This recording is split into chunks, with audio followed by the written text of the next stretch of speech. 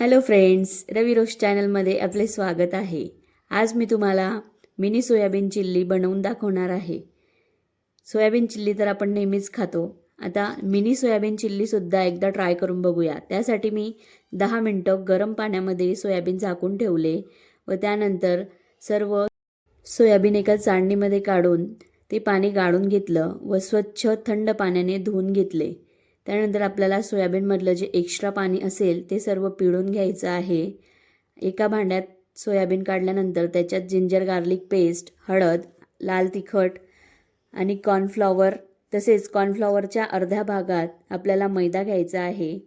नंतर चवीनुसार मीठ घातलं आणि सर्व एकजीव करून घेतलं. सर्व चांगलं मिक्स करून आपल्याला हे डीप फ्राय करायचे आहे. डीप फ्राय करताना तेल चांगलं तापू द्यायचं आहे आणि एक एक सोयाबीन करून आपल्याला याच्यात सोडायचे आहे. सोया चंक्स फ्राय करताना गॅसची फ्लेम हाय ठेवायची आहे. तेल अजिबात थंड होऊ द्यायचं नाही. आता आपले सोयाबीन तळून सर्व तयार झालेले आहेत आणि इथं मी 2 चमचे कॉर्नफ्लॉवर घेतले आहे आणि त्याच्यात थोडं पाणी घातलं आहे आणि आपल्याला त्याची अशी बारीक पातळ पेस्ट तयार करून घ्यायची आहे.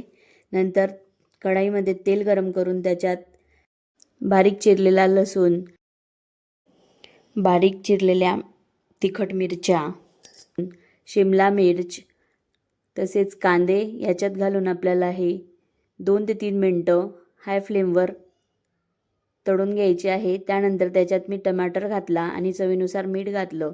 नंतर हळद, लाल तिखट, टमाटो सॉस आणि सोया सॉस घातला. सर्वात महत्त्वाचं इन्ग्रेडियंट म्हणजे सोया सॉस.